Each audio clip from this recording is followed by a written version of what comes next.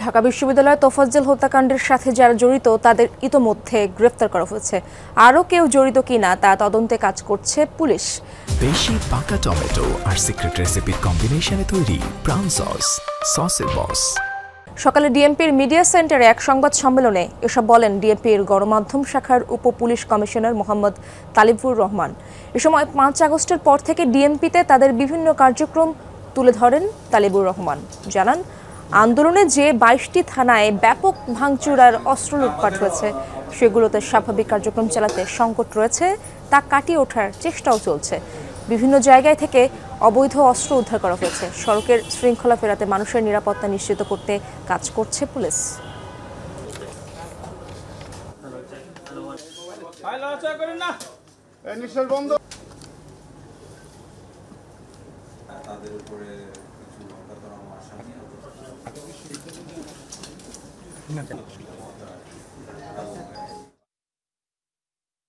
ঢাকা বিশ্ববিদ্যালয়ে যে অনাকাঙ্ক্ষিত ঘটনাটা ঘটেছে তোফাজ্জল হত্যা, এই তোফাজ্জল হত্যায় জড়িত থাকার পর থেকে আমাদের পুলিশ তৎপরতা অব্যাহত ছিল এবং এর প্রেক্ষিতে মামলা হওয়া এবং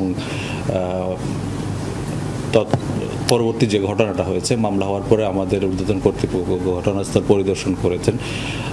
লাশের সুরতহাল প্রতিবেদন তৈরি করা, তারপরে ঢাকা মেডিকেল কলেজে আপনার ময়নাতদন্ত শেষ করে তার মৃতদেহ আত্মীয় স্বজনের কাছে বুঝিয়ে দেওয়া সব।